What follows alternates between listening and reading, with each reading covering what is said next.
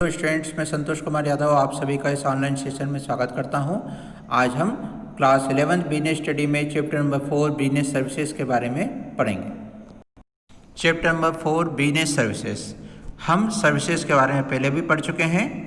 यहाँ पर हमें इस चैप्टर में क्या क्या पढ़ना है इसके बारे में यहाँ हमें बताया गया है कि हमें यहाँ पर बिजनेस सर्विसेज का मीनिंग क्या है, फीचर्स ऑफ सर्विसेज क्या हैं और इसका सर्विसेज और गुड्स के बीच में क्या डिफरेंस होता है, बिजनेस सर्विसेज कौन कौन सी टाइप की होती हैं उनके बारे में दिया गया है। उन टाइप्स के बारे में फिर एक्सप्लेनेशन आगे हमें बताए गए हैं। तो सबसे पहले हम टॉपिक है हमारा मीनिंग का। तो service sector includes commercial firms engage in banking, communication, transport, insurance, warehousing etcetera. The service sector constitute the basic infrastructure which is a must for smooth flow of business activities. In the recent past, the role of service sector in the Indian economy is growing faster than agriculture and industry. A variety of services are available to meet changes of economy and the requirements of investors. The significance of service sector is gaining momentum and it has become a major thrust area in the field of business. तो यहाँ पर हमें बताया गया है कि service sector हमारे देश में उन सर्विसेज को कहा जाता है जिसमें कि हमारे देश के अंदर बैंकिंग से संबंधित कार्य किए जाते हों, कम्युनिकेशन या संचार संबंधी कार्यक्रम होते हों, ट्रांसपोर्टेशन, इंश्योरेंस और वेयर हाउसिंग को शामिल किया जाता है। इसमें ट्रांसपोर्टेशन के सभी प्रकार आते हैं, इंश्योरेंस आता है, वेयर हाउसिंग आती है। तो इस प्रकार के जो कार्य हैं बैंकिंग, कम्युनिकेशन, ट्रांसपोर्ट सर्विस और इंश्योरेंस और वेयर हाउसिंग, इन्हें मिलाकर हम सर्विस सेक्टर कहते हैं। इसी प्रकार के अन्य सर्विसेज भी इसमें शामिल की जा सकती हैं, लेकिन मुख्य जो सर्विसेज हैं वो यही 5 सर्विसेज को कहा जाता है। ये सर्विस सेक्टर हमारे देश के लिए बिजनेस एक्टिविटी को तेज़ गति से बढ़ाने में सहायक साबित हुआ है। पहले के समय में सर्विस सेक्टर का हमारे देश में कोई ज़्यादा महत्व नहीं था, लेकिन वर्तमान समय में सर्विस सेक्टर हमारे देश का सबसे तेज़ी से बढ़ रहा सेक्टर है और इसकी गति हमारे देश में कृषि और उद्योगों से भी ज़्यादा है। आज हमारे देश में कई प्रकार की सर्विसेज दी जा रही हैं जो कि हमारे देश की अर्थव्यवस्था को आगे बढ़ाने में और निवेशकों की आवश्यकताओं को पूरा करने में सहायक हो रही हैं। सर्विस सेक्टर का सबसे बड़ा महत्व ये है कि इसके चलते हमारे देश के जो व्यवसाय का क्षेत्र है, बिजनेस का जो फील्ड है, इसको बहुत तेज़ी से आगे बढ़ने में मदद मिल रही है। Second point, characteristics of features और नेचर्स ऑफ सर्विसेज। यहाँ हमें पढ़ना है कि इन सर्विसेज की या सेवाओं की क्या विशेषता होती हैं। फर्स्ट है इंटेंजिबल। Services are intangible. सेवाएं अदृश्य होती हैं। This can not be seen और टच्ड। इन्हें हम न आँखों से देख सकते हैं न ही स्पर्श किया जा सकता है। We can only feel services और one can only experience them. हम उन्हें केवल महसूस कर सकते हैं या उनका लाभ या उठा सकते हैं या उनको अनुभव कर सकते हैं। We can not find out the quality of services before taking it. हम किसी भी सेवा की क्वालिटी के बारे में उसका उपयोग करने से पहले नहीं अंदाज लगा सकते हैं, ना बता सकते हैं। One can find out the quality after experiencing it. यहाँ पर हम इन सर्विसेज को केवल उपयोग करने के बाद ही उनकी क्वालिटी के संबंध में बता सकते हैं। इस कारण से जो हमारे सप्लायर हैं, so supplier must try to offer good quality services to consumers so that they demand them again after experiencing them. तो इस कारण से हमारे देश में जो इन सर्विसेज के सप्लायर हैं उनके द्वारा अपने कंज्यूमर्स को अच्छी क्वालिटी की सर्विस देने का वादा करते हुए उन्हें सर्विसेज लेने के लिए आमंत्रित किया जाता है और इसमें उनके द्वारा लिए गए एक्सपीरियंस के आधार पर, जो एक्सपीरियंस उन्हें प्राप्त किया है उसी के आधार पर वो आगे भी उस सर्विस की डिमांड करने पर विचार करते हैं। सेकंड है लेक ऑफ होमोजेनिटी और इनकंसिस्टेंसी। सर्विसेज निरंतर नहीं होती हैं। Services have to be perform each time according to the demands and expectation of each customer. Same services may be provided differently by different service provider. For example, the banking services provided by nationalized banks are quite different from the banking services provided by private sector or foreign banks. तो इस प्रकार से हम यहाँ देख सकते हैं, हमें बताया गया है कि जो सेवाएं हैं वो अलग अलग सर्विस प्रोवाइडर के द्वारा अलग अलग ढंग से दी जाती है। यहाँ हमें उदाहरण दिए गए हैं बैंकिंग सर्विसेज के संबंध में कि हमारे देश के जो राष्ट्रीयकृत बैंक है, नेशनलाइज बैंक है, उनके द्वारा बैंकों में जो सर्विसेज दी जाती हैं वो किस प्रकार प्राइवेट सेक्टर के या विदेशी बैंकों से भिन्न होती है।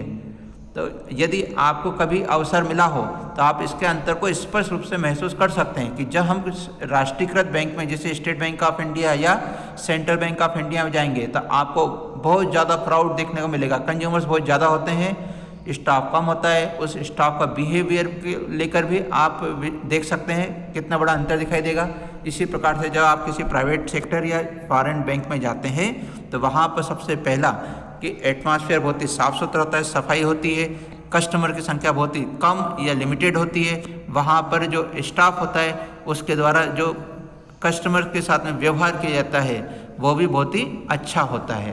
तो इस प्रकार से एक ही सर्विस को अलग अलग जगह पर अलग अलग ढंग से सर्विस प्रोवाइडर उपलब्ध कराते हैं। थर्ड है inventory are loss. The main feature of services is that services are consumed at the same time when they are produced, so there is no need to maintain inventory or stock of services. If services is not consumed immediately, then it is a total loss. For example, vacant seat in a cinema hall. यहाँ हमें बताया गया है कि जो हमारी services होती हैं उनकी सबसे बड़ी विशेषता ये है कि जिस वक्त ये उपलब्ध कराई जाती हैं उसी वक्त इनका उपयोग करना होता है, और अगर हम उनका उसी वक्त उपयोग न करें तो ये पूरी तरह से नष्ट हो जाती हैं। चूँकि इनका कोई स्टॉक नहीं रखा जा सकता इसलिए हमें इनका कोई इन्वेंट्री या स्टॉक का रिकॉर्ड रखने की ज़रूरत नहीं होती है। यहाँ पर नष्ट होने वाली सर्विसेज का उदाहरण हम इस प्रकार से देख सकते हैं कि जब किसी सिनेमा हॉल में कोई मूवी का शो चल रहा होता है उस वक्त यदि कोई सीट खाली रह जाती है तो बाद में उसकी रिकवरी नहीं की जा सकती।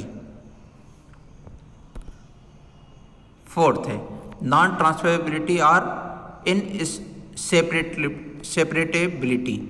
The services can not be separated from the provider of services. हम सर्विसेज को उसके प्रोवाइडर से अलग नहीं कर सकते। These are produced and consumed at the same place only. इन सर्विसेज को एक ही स्थान पर उत्पन्न किया जाता है और उसी स्थान पर इन्हें प्राप्त किया जाता है।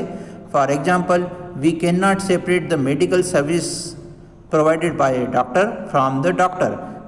जैसे कि हम उदाहरण के रूप में देखें कि एक डॉक्टर से हम उसके द्वारा दी जाने वाली सेवा को अलग करके नहीं देख सकते। Doctor and his services are inseparable. जो डॉक्टर और उसकी सेवा है वो अलग अलग नहीं की जा सकती। It implies to liar. यहाँ पर इसी तरह का उदाहरण देख सकते हैं, एक वकील के रूप में या एक चार्टर्ड अकाउंटेंट के रूप में। हम जिस व्यक्ति से सेवा लेते हैं उसे उसकी सेवा से अलग करके नहीं देखा जा सकता। फिफ्थ है कस्टमर्स पार्टिसिपेशन और involvement. To experience a service the participation of the customers is essential. जब हम कोई सर्विस देना चाहते हैं तो इसमें कस्टमर का पार्टिसिपेशन अनिवार्य होता है। For example, telephone companies provide telephone services but to use this service customer has to make और रिसीव द कॉल। तो जैसे कि यहाँ उदाहरण से स्पष्ट है कि टेलीफोन कंपनी के द्वारा हमें टेलीफोन की सुविधा उपलब्ध कराई जाती है, लेकिन कॉल करने के लिए या कॉल को प्राप्त करने के लिए कस्टमर का स्वयं तैयार होना जरूरी होता है। अब हम यहाँ पे देख सकते हैं गुड्स और सर्विसेज में क्या डिफरेंस होते हैं। तो सर्विसेज इंटेंजिबल होती हैं, गुड्स टेंजिबल होते हैं। गुड्स को हम स्पर्श कर सकते हैं, देख सकते हैं, छू सकते हैं। इन्वेंट्री का पॉइंट पे अगर हम देखें तो सर्विसेज का इन्वेंट्री का रिकॉर्ड मेंटेन करने की ज़रूरत नहीं होती, लेकिन गुड्स का इन्वेंट्री का रिकॉर्ड मेंटेन करना पड़ता है। इनसेपरेबल, सर्विसेज को हम उसके प्रोवाइडर से अलग नहीं कर सकते, लेकिन गुड्स को अलग किया जा सकता है उसके मैन्युफैक्चरर से। फोर्थ है स्टैंडर्डाइजेशन। सर्विसेज के संबंध में it is difficult to standardise and maintain quality. Services की क्वालिटी को मेंटेन करना या उसके मानक निर्धारित करना मुश्किल कार्य होता है, क्योंकि हर व्यक्ति की अपेक्षा अलग अलग ढंग की होती है। और गुड्स का स्टैंडर्ड बनाया जा सकता है कि किस प्रकार की क्वालिटी उसमें मेंटेन की जानी चाहिए। इसी प्रकार से अगर हम नेचर के एंगल से बात करें तो services it is an activity और process watching a movie. Services एक एक्टिविटी होती है जैसे किसी फिल्म को देखना, जिसमें हम किसी कार्य कुछ करते रहते हैं। Goods is a physical object. यहाँ गुड्स में हम फिजिकल ऑब्जेक्ट को शामिल करते हैं, जैसे कार या टीवी वगैरह। इस प्रकार से हम यहाँ पर कुछ स्थितियाँ देख सकते हैं। इसी प्रकार से हम देख सकते हैं सर्विसेज की ownership can not be transferred. Doctor से उसके सेवा जब हम लेते हैं तो केवल सेवा ही हमें प्राप्त होती है, उसका मालिकाना हक तो डॉक्टर के पास ही बना रहता है, लेकिन गुड्स की ऑनरशिप को हम ट्रांसफ़र कर देते हैं उनको सेल करने के साथ में। अब नेक्स्ट पॉइंट है हमारा क्लासिफिकेशन और टाइप्स ऑफ सर्विसेज। तो यहाँ पर हम देखेंगे कि किस प्रकार की सर्विसेज होती हैं, उनको कितने भागों में बांटा गया है। तो सबसे पहला है बिजनेस सर्विसेज, सेकंड होती है सोशल सर्विसेज और थर्ड होती है personal services.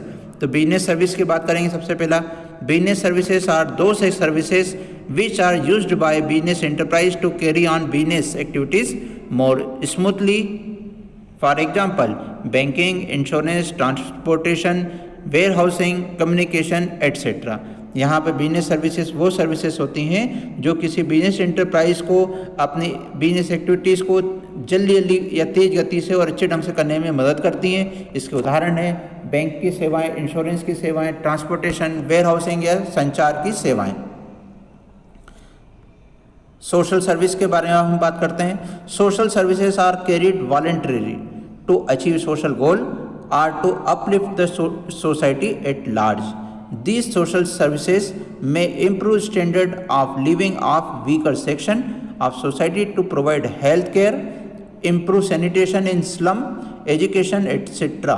These services are carried by government, business enterprises and NGOs.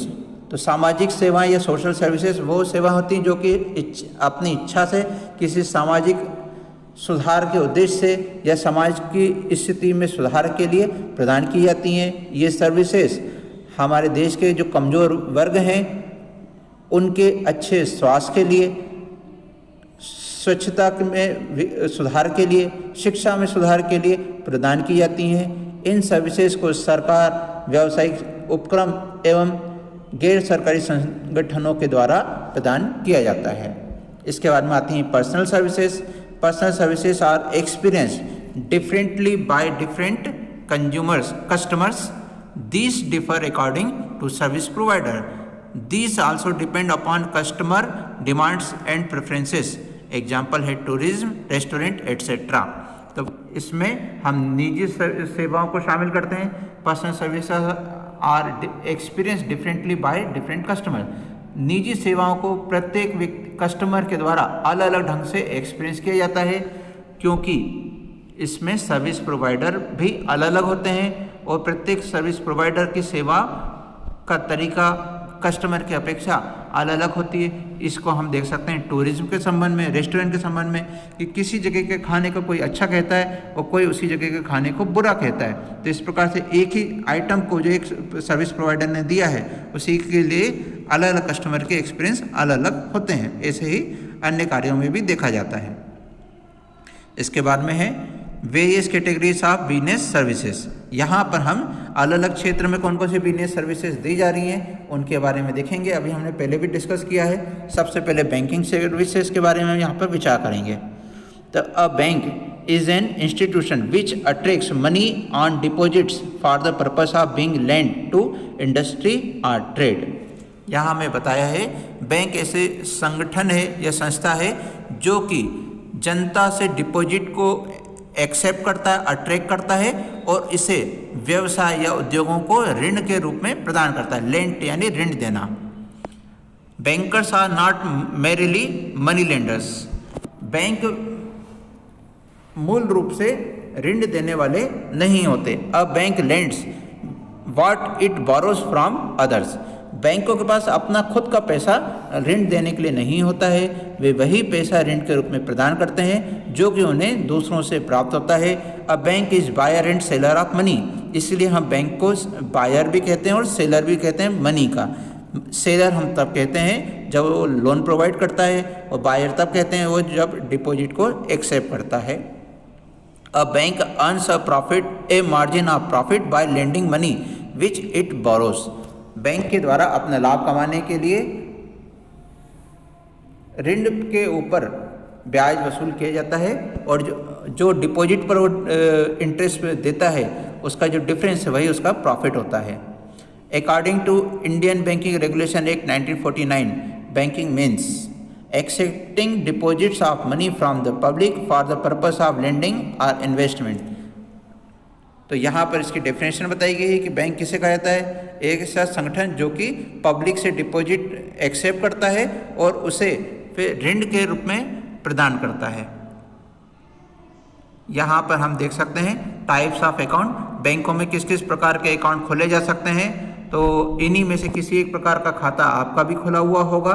तो आपका इनमें से कौन सा खाता खुला हुआ है बैंक में, आप यहाँ पर इनको स्टडी के आधार पर समझने का प्रयास करिए और कौन कौन से खाते बैंक में खोले जा सकते हैं उनकी डिटेल भी यहाँ पर आप जान सकते हैं। तो सबसे पहला है सेविंग्स डिपॉजिट अकाउंट। यहाँ पे जमा बचत खाते के बारे में बात की गई है। A person can open a savings deposit account by depositing a small sum of money. He can withdraw money from his account whenever needed and can deposit whenever surplus is available. Depositor is issued a checkbook and passbook. All the amounts deposited and withdrawn by depositor are recorded in passbook. Rate of interest of savings deposit is generally lower than fixed deposit. तो यहाँ पर हमें बचत खाते के बारे में बताया गया है कि बचत खाते क्या होता है। तो ये एक ऐसा खाता है जिसमें कि हम अपनी छोटी छोटी बचतों को जमा कर सकते हैं और जब हमें आवश्यकता हो तो हम इस पैसे को निकाल सकते हैं और जब हमारे पास सरप्लस मनी आती है तो हम इसे बैंक में इस खाते में जमा कर सकते हैं। इसमें जमा करता है डिपॉजिटर को एक चेकबुक और एक पासबुक दी जाती है। पासबुक में उसके द्वारा किए गए सारे विड्रॉल और डिपॉजिट्स की एंट्रियों का रिकॉर्ड रखा जाता है। इसमें जो ब्याज की दर होती है वो फिक्स्ड डिपॉजिट की तुलना में कम होती है। सेकंड, करंट डिपॉजिट अकाउंट, इसे हम चालू जमा खाता कहते हैं।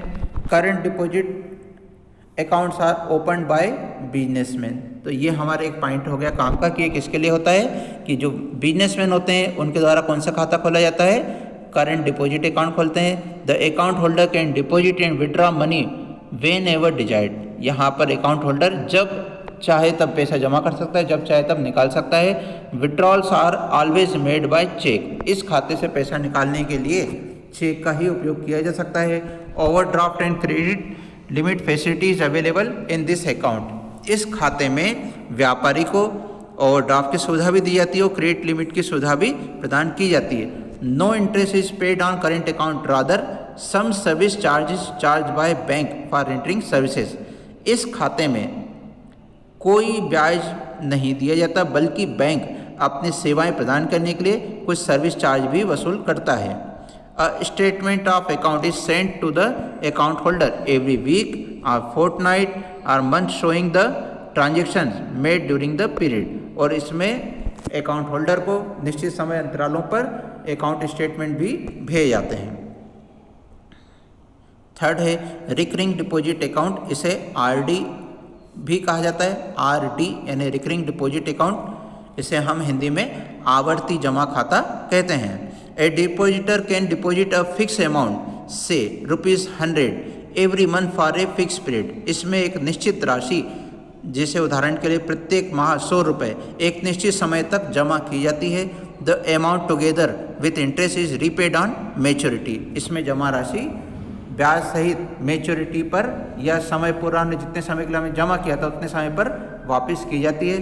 The rate of interest on recurring deposit is higher than that on savings account. इस खाते में मिलने वाले ब्याज की दर बचत खाते से ज़्यादा होती है। फोर्थ है फिक्स्ड डिपॉजिट अकाउंट, इसे हम एफडी भी कहते हैं। A fixed deposit is repayable after the expiry of the specified period. The period में vary from 6 months to 5 years। Longer the period of deposit higher is the rate of interest. The banks issued a receipt to the depositor acknowledging the receipt called a fixed deposit receipt. The rate of interest in FD is highest। Fixed deposit account को स्थायी जमा खाता कहते हैं। ये अधिक लंबे समय तक के लिए जमा राशि के लिए होता है। इसमें हम 6 महीने से 5 साल तक के लिए पैसा जमा कर सकते हैं। इसमें मिलने वाले ब्याज की दर सबसे अधिक होती है। इसमें जमाकर्ता को बैंक के द्वारा एक रसीद प्रोवाइड की जाती है जिसे कि हम फिक्स्ड डिपॉजिट रिसिप्ट कहते हैं। फिफ्थ है मल्टीपल ऑप्शन डिपॉजिट अकाउंट। इसमें बैंक में अलग अलग तरह के ऑप्शन डिपॉजिटर को प्रोवाइड किए जाते हैं। This account offers multiple options to depositor.